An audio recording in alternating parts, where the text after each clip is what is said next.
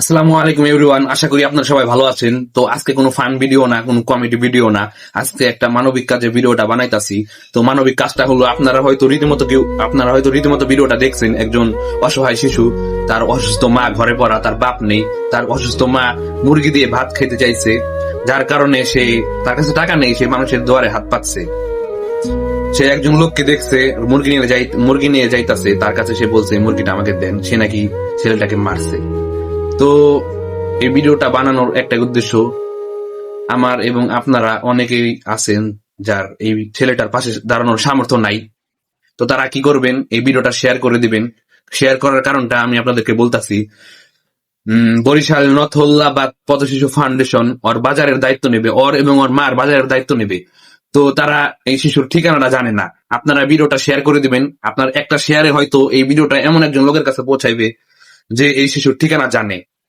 তো এই ভিডিওর টাইটেলে নথুল্লাবাদ ফাউন্ডেশন, পথশিশু ফাউন্ডেশনের যোগাযোগ করার নাম্বারটা দেওয়া থাকবে। আপনারা যারা এই শিশুর ঠিকানাটা জানেন তারা অবশ্যই এই নাম্বারে যোগাযোগ করবেন।